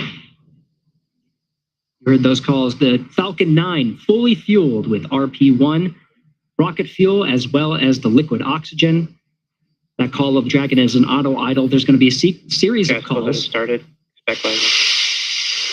There's the gas closeout, purging the lines of the fuel that has supplied the Falcon 9. RP-1 and liquid oxygen. Also wait for a call of the arming of the flight termination system. The Dragon flight computers are configured for launch. Flight termination system will allow Falcon 9 to talk to Dragon on the ride uphill. Terminate the flight, issuing an abort. Startup. Dragon is in countdown. T-minus 1 minute and counting. Dragon is in countdown. Everything's looking good for launch.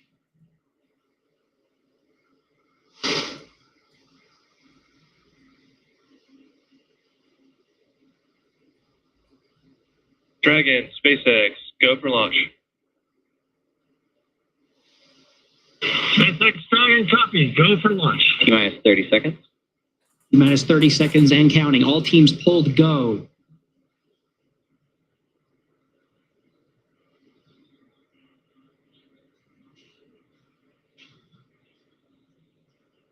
$15 seconds. Ready for an on-time launch for the instantaneous. T-minus 10, 9, 8, 7, 6, 5, 4, 3, 2, 1. Engines full power and liftoff of Crew-6. Go Dragon, go Falcon.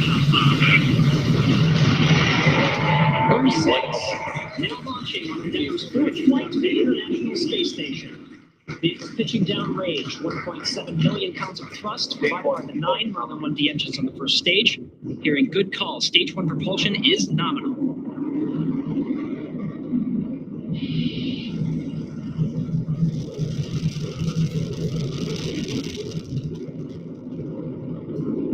We're now at T plus 34 seconds into the 6th rotational crew mission on board Dragon and Falcon 9. Power and telemetry nominal. Stage 1 throttle down. So there we all heard the call out indicating that the first stage engines will begin to throttle down in preparation for max Q, which is the moment of maximum aerodynamic pressure that the vehicle will experience during flight. Vehicle is supersonic. A call out there indicating the vehicle's traveling faster than the speed of sound. Max Q. Stage 1 throttle in. All right, now that we're past max Q. 1 Bravo. Copy, 1 Bravo. That 1 Bravo indicator are different abort modes that are called that allow the ground teams and the crew to track about the position of the Falcon 9 and the Dragon as they make their way up the eastern seaboard. In the event of an abort, these different abort modes would indicate about the position where Dragon would land, started. as well as indicate what series of maneuvers Dragon would indicate. But so far, we're hearing good calls on the performance of the Falcon 9 on its ride uphill. 1 minute, 53 seconds into flight.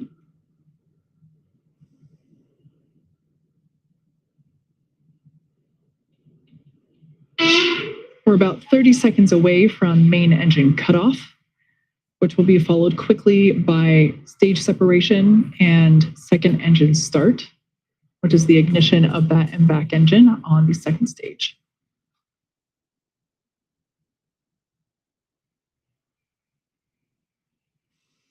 Now about 10 seconds away from main engine cutoff.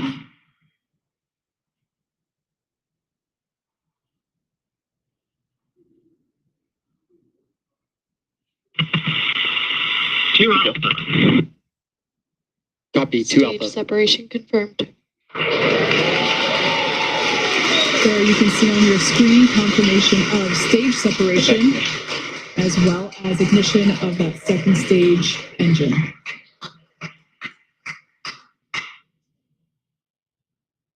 Second stage is now carrying the Crew-6 astronauts to orbit. Beautiful view there on the left-hand side of your screen coming from the first stage, which, as you can see, is still gaining in altitude. It has not yet reached its apogee. A beautiful view of the Florida Space Coast there in the background. Meanwhile, we're tracking good performance on that MVAC engine. On the screen to your right, we'll be hearing periodic performance calls about once every minute of the status of the trajectory of the second stage and the Crew-6 astronauts that are inside Crew Dragon Endeavour. We'll also be hearing call-outs, just like you heard just there, as we pass over the various ground stations along the ascent track. Dragon, SpaceX, nominal trajectory. There's that performance call-out. Dragon acknowledges nominal trajectory. As for the first stage there on the left-hand side of your screen, that first stage still gaining in altitude, although that gain is slowing down. It will be making its way back down to Earth, landing, attempting a landing on our drone ship. Just read the instructions, which is located off the Florida coast by a couple hundred miles.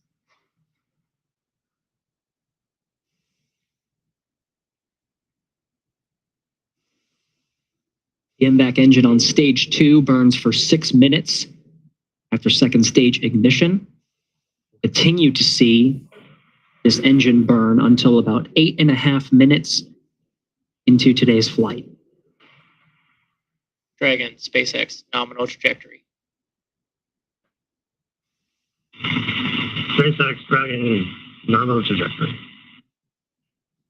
Again, these performance calls happen once a minute. Flight teams continuing to track Falcon 9 and its ascent. Everything's looking good so far. You'll also continue to hear those check-ins of the ground stations as we pass them.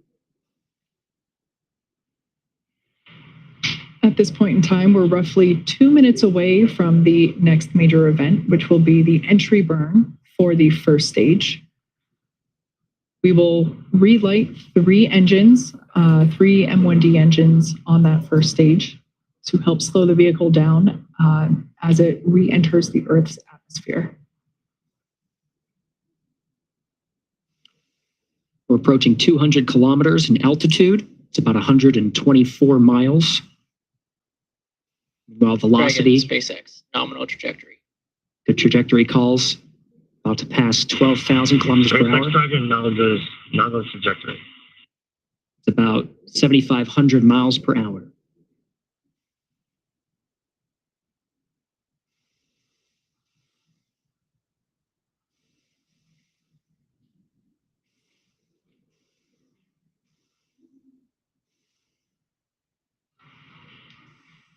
Everything looking nominal for both first and second stages.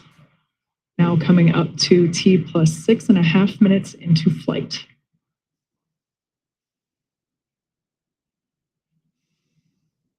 Mostly what we're hearing now are the performance calls in the second stage. In about a minute is when we'll see a series of events in rapid succession. It's been a pretty good pace since second stage ignition. About less than a minute from now, we'll start to see Dragon, more action on the SpaceX, first stage. Nominal trajectory.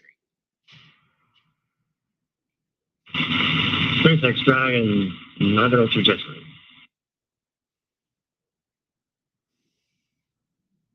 As Gary mentioned, those callouts occurring about once every minute. Now we're about 20 seconds away from the first stage entry burn. That burn will last about 30 seconds and help slow the vehicle down as it re-enters back into the Earth's atmosphere. Stage 1 entry burn startup.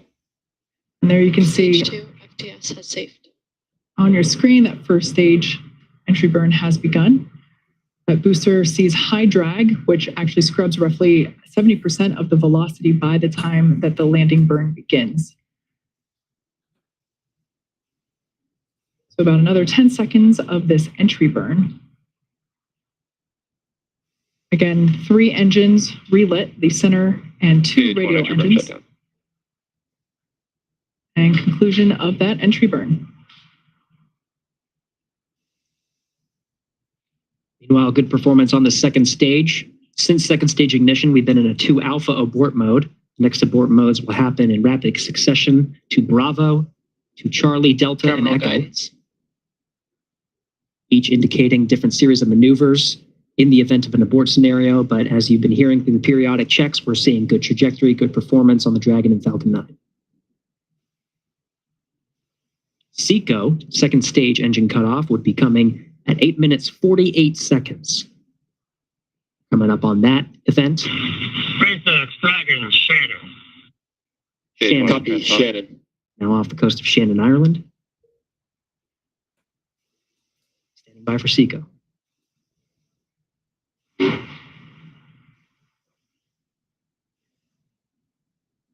MVAC shutdown. Stage 1 landing burn. And there we heard the call out indicating that landing burn. Dragon, SpaceX, we have a nominal orbit insertion.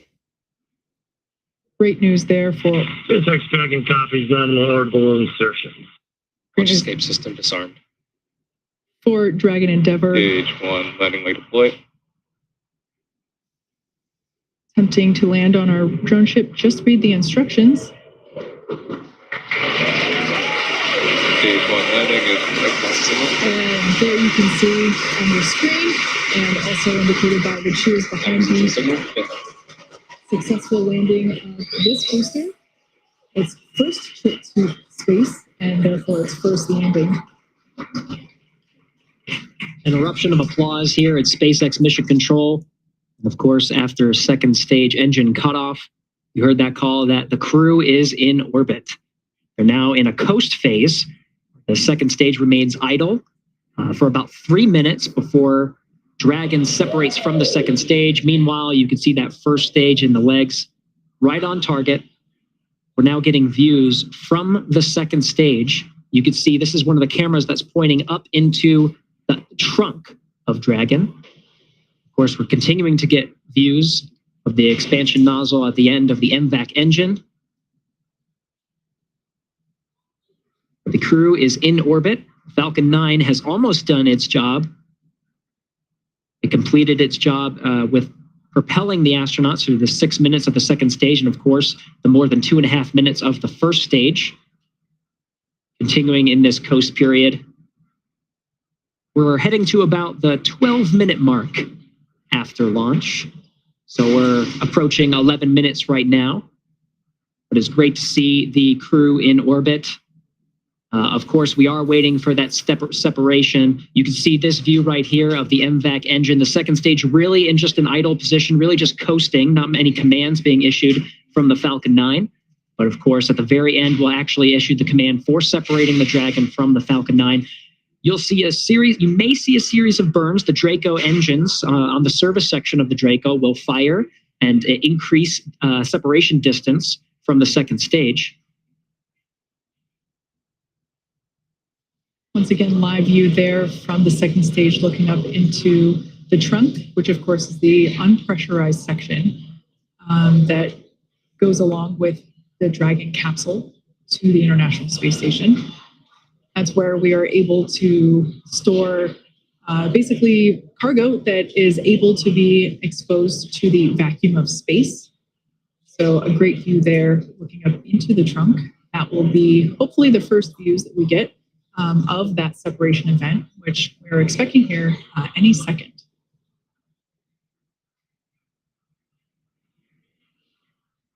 There you can see on your screen confirmation. Dragon separation confirmed. Of that separation confirmed. Dragon Endeavour is now floating free in space. That's right, the Falcon Dragon 9. CE here. Welcome to orbit.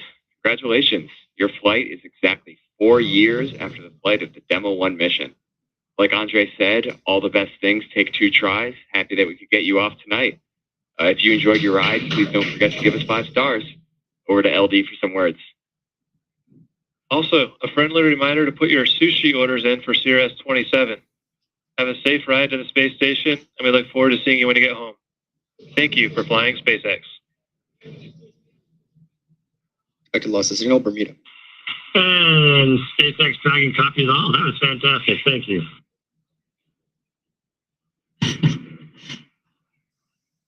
The Crew-6 astronauts, of course, having a strong bond. SpaceX Dragon, we'd like to really, for the great ride to orbit today. It's greatly appreciated. May have taken two times, but it was worth the trip.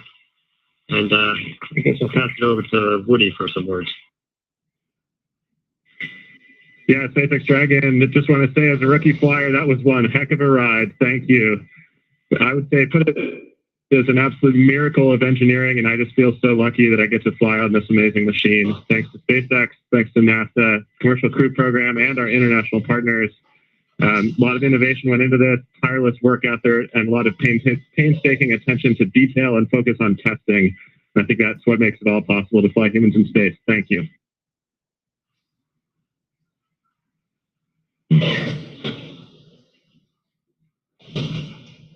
Some really nice words. Всем ребят, за подготовку, за то, что им помогали в этом деле. Ну, всем ребятам. Ну, я хочу сказать, что сегодня человечество делает еще один шаг в подготовке к новому большому скачку.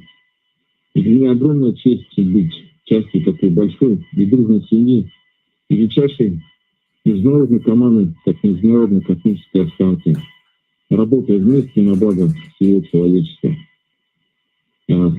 Today humanity takes another step for a big leap, and for me, a huge honor to be part of such a big and friendly family and the greatest international team of the ISS, working together for all mankind. Thank you.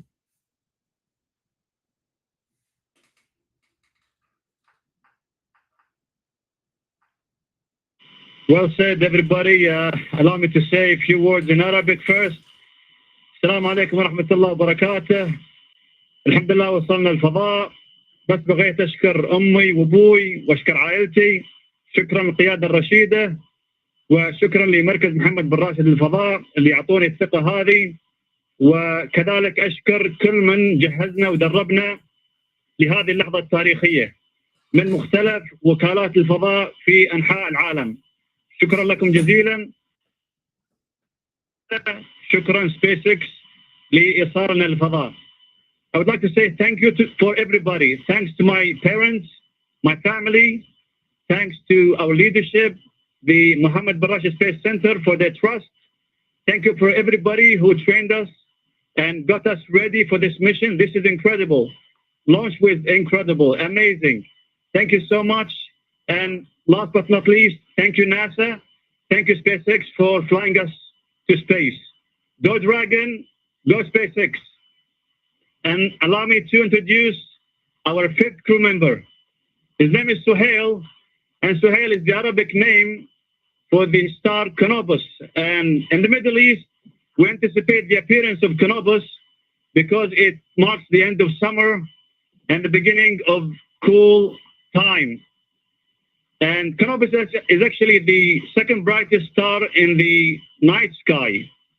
And this is the second flight for Suhail because he flew with astronaut Hassan Mansouri in 2019. And many people think Suhail is an alien, but to me, on Earth in a spacesuit, but with high ambitions. Thank you once again, and talk to you from the ISS.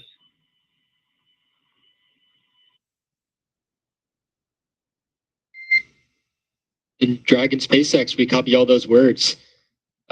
At this time, I can provide you an update that we had nominal dehumidifier activation and service section Draco checkouts. For your awareness, on hard capture hook 5, we did swap to backup motors. So you'll see that the nose cone opening did swap to backup. However, all hooks did indicate that they were traveling and look good on backup.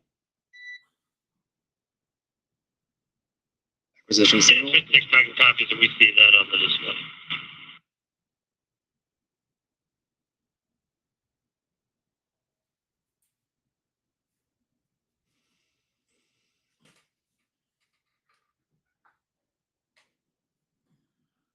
All right. Very dynamic time. Of course, Falcon 9 delivering the Crew-6 astronauts into orbit after the 9-minute ascent. We heard those great congratulatory words from each and every member of Crew-6, who of course had a strong bond with the teams here in Mission Control and SpaceX. That call you did here to the crew was about the nose cone. The nose cone is deploying now. They were troubleshooting an issue with one of the hooks, but switched to backup motors, and we're seeing that nose cone deploy now. But Crew-6 is now on its way to the International Space Station. It's going to take about 24 and a half hours. So they'll go through a series of checks, a series of initial burns, and then eventually have a sleep period before waking up and really getting into the action with a lot of the burns that bring it closer and closer to the International Space Station. It'll be docking to the Zenith port. We're now getting views from the Dragon, and that's the nose cone deploying that you're seeing right now on the end of the Dragon. And Kate, this really sets the crew up for some of the major burns here. That nose cone deploying reveals the 4 forward bulkhead Dracos that do a lot of the heavy lifting, a lot of those significant burns that bring the crew closer to the International Space Station. That's right. The nose cone is basically the pointy end at the top of Dragon. So now with that being exposed, those forward bulkhead thrusters will be able to do their job as Dragon Endeavour makes its way to the International Space Station. Just prior to losing the ground station coverage, we were able to catch a quick glimpse of the 0G indicator. I always love seeing that be revealed as it's always different for each crew and it's always special to the crew members. So I love the words that were shared around that. And I personally have a strong connection to this capsule. This was the Demo 2 capsule, the Crew 2 capsule, the Axiom 1 capsule, and now the Crew-6 capsule. And so it always brings a lot of pride and joy to see this particular capsule fly in space safely once again. So with all that being said, let's head back over to Daryl and Raja, who saw all of the liftoff action live.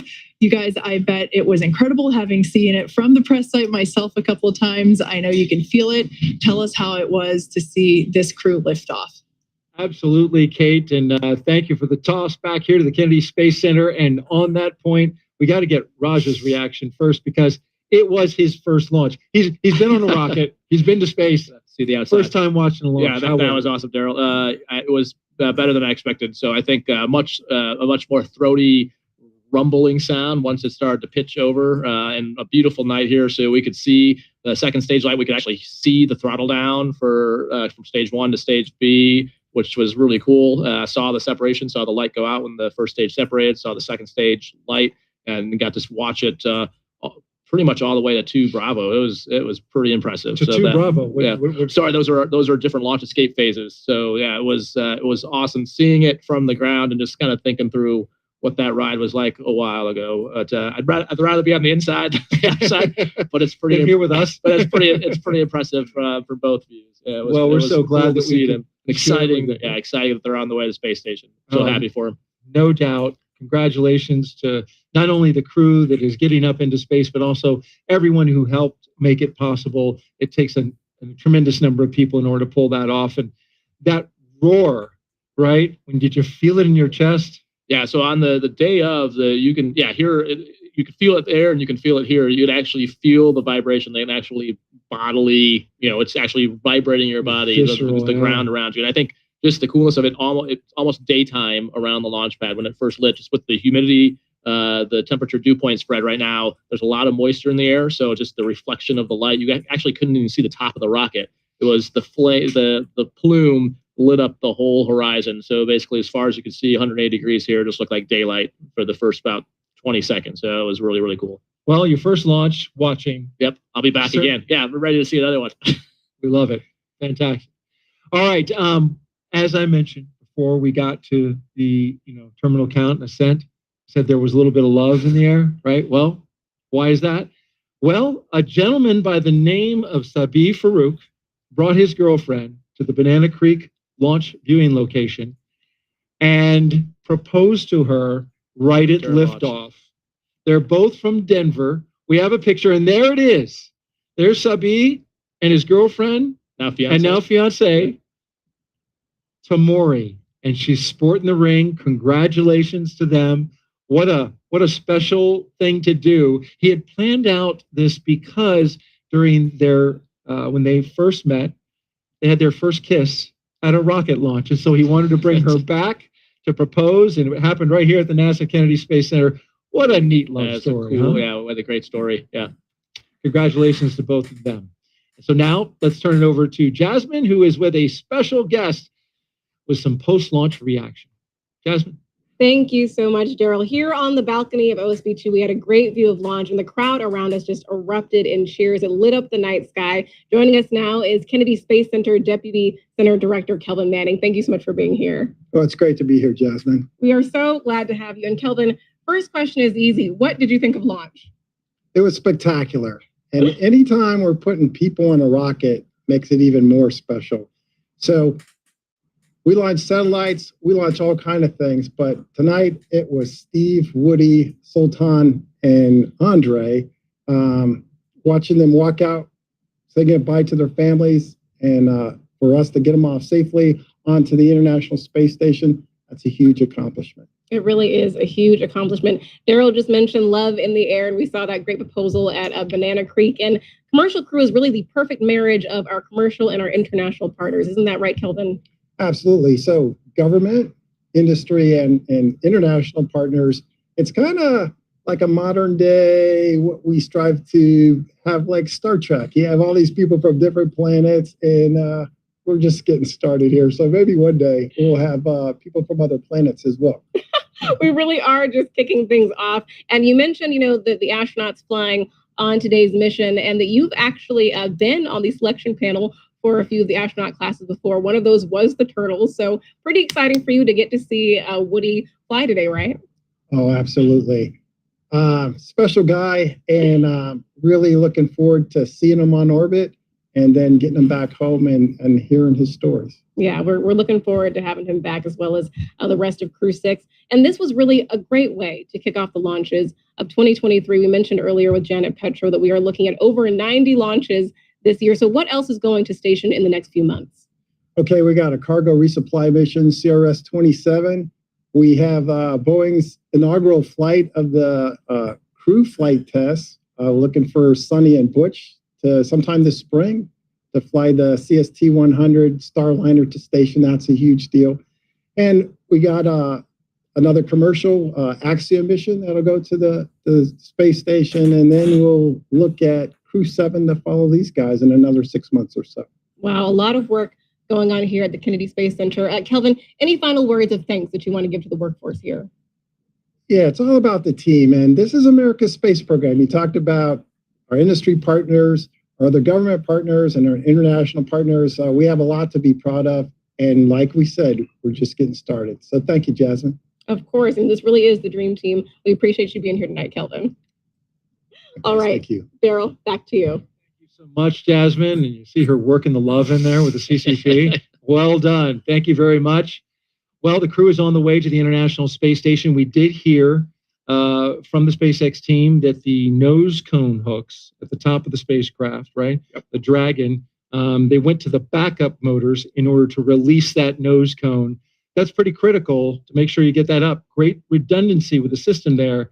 But why is that so important that that nose cone comes off? Yeah, so you can't dock to the space station without the nose cone. So as we saw, just looking at the views of the capsule before liftoff, it's closed for aerodynamics because you don't want a door wide open while you're flying through the air. Once you're in space, of course, there's no drag, so then you can open that up, and that exposes the camera and the sensors that allow the Dragon to dock with the International Space Station. There's a whole lot of stuff going on, so the crew was working the comms back down to the ground and monitoring a whole bunch of systems. So we saw the separation. They have telemetry that gives them information about that. And then the next step is the nose cone deploy. And as you heard the Corps mention, all of those hooks, there's a dozen hooks, 6 of them are holding the nose cone. And then basically each of those hooks has backup and primary motors. So what you heard them describe is one of those went onto the backup motor to open the hook, which is why we have backup motors. Now with the nose cone open, they should be good to continue to the space station. And next thing they'll be talking about is phasing burn. So how they have to catch up.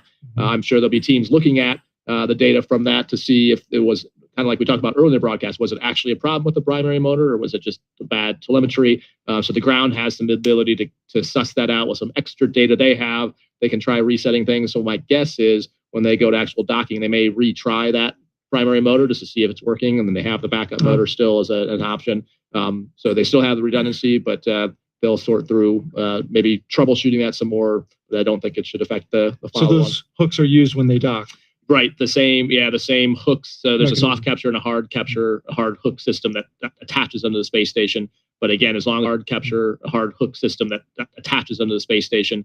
But again, as long as the backup motor's working, it should be fine. Should be good to go. Yeah. All right. Well, we will track it all along the way, and we know we saw a visual confirmation of the nose cone coming off. Yep. Saw that right on the video with the cameras that SpaceX has. And so now, Stephen, Woody, Sultan, and Andrey are on course to arrive at the International Space Station around 1:17 a.m. Eastern Time tomorrow. And of course, NASA TV will be wrapping up our coverage, but you can follow along with Crew-6's entire ride to the station and hear real-time audio from space to ground on our mission audio stream on YouTube.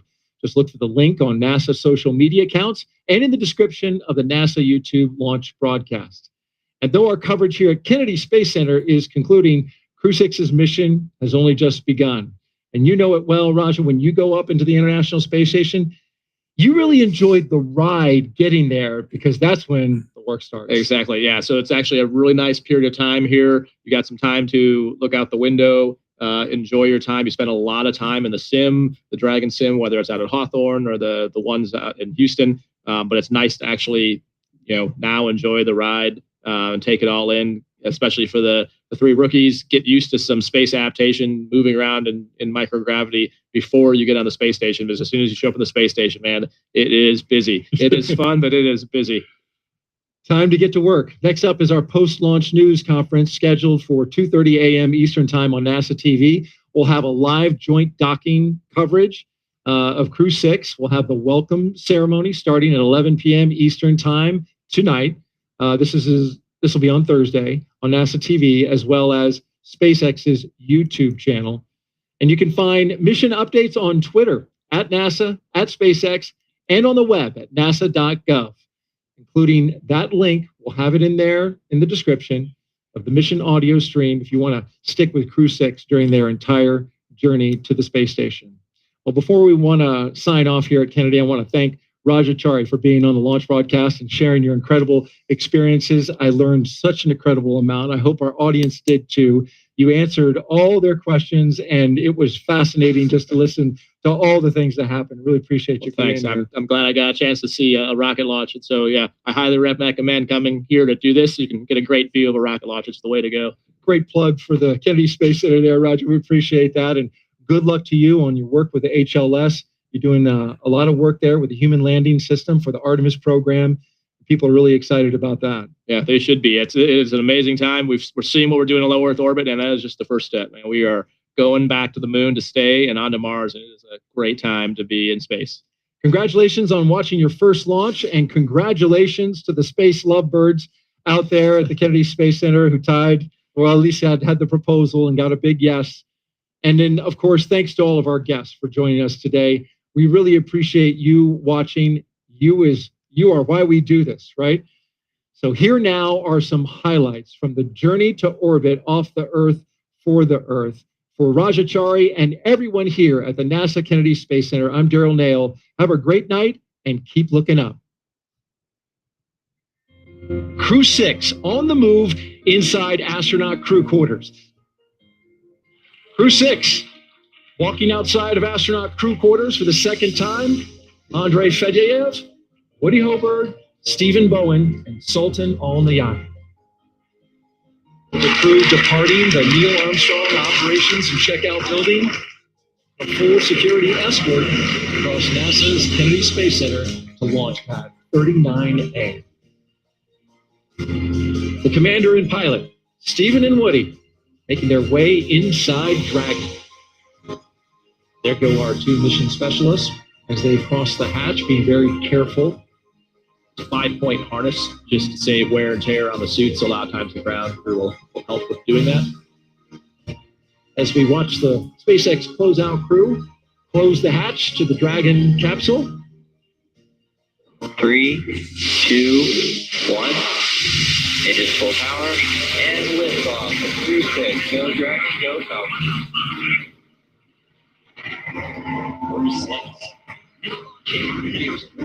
International Space Station. Pitching down range, 1.7 million pounds of thrust, 9 on the engines on the first stage. Hearing good call, stage 1 propulsion is nominal.